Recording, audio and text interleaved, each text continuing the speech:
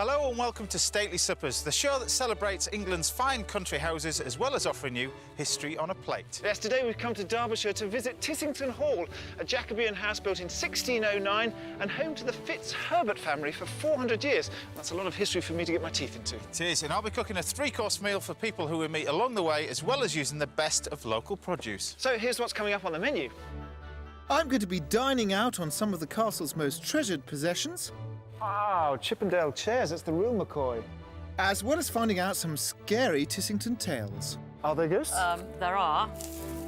But for James, the pressure is on. By the end of today, he must prepare 3 courses fit for kings or lords and ladies. Is that good? That's delicious.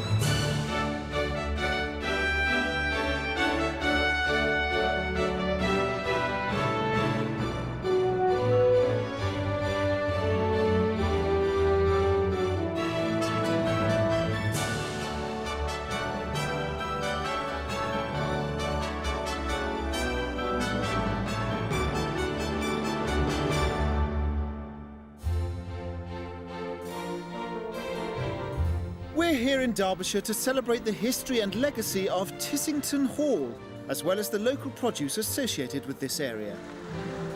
I'll be spending the day exploring the hall and uncovering some of its historical secrets, while our chef James will be creating a stately supper with a Derbyshire twist to be served to the 4 discerning guests we meet on our journey today. Well, here we are, Tissington. Jacobean architecture, even a bit of Chippendale furniture. Cheese, lamb and brilliant gingerbread. It's always food with you. It's always food. It's got to be food. I keep telling you this. James is clearly passionate about his cuisine, and on his menu for today's stately supper, he's picked 3 dishes with a distinct 17th century flavour inspired by Tissington. His starter of roast fig and pancetta tart is influenced by the Jacobean penchant for mixing meat and fruit.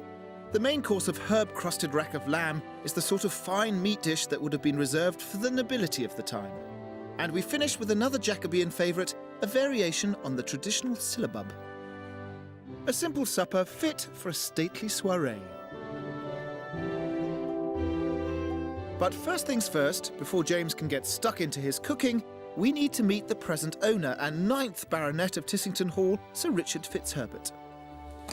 Ah, hello, Sir Richard. Hi there, James. Nice to meet you. Welcome to Tissington. It's wonderful, isn't the hall snug in the middle of the village? Yeah, we're right in the centre of the Peak District National Park in Derbyshire. Great food as well. Great food, great local products, lamb, sausage, cheese, yeah. Wonderful. Speaking his language. He's desperate to get to the kitchen. Can you show the way? Absolutely. Lovely. Come on in. Let's go. Thank you.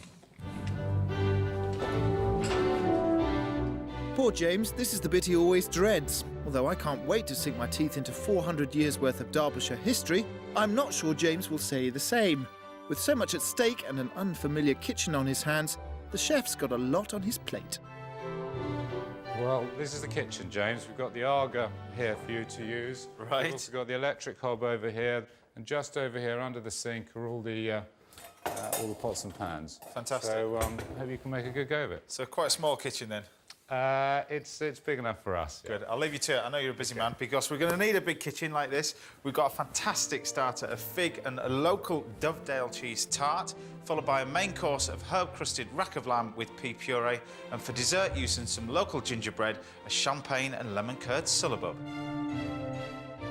With James getting to grips with his new kitchen quarters, I'm going to seize the opportunity to have a scout round the grounds.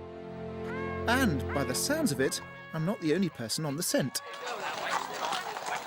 Boys, Richard.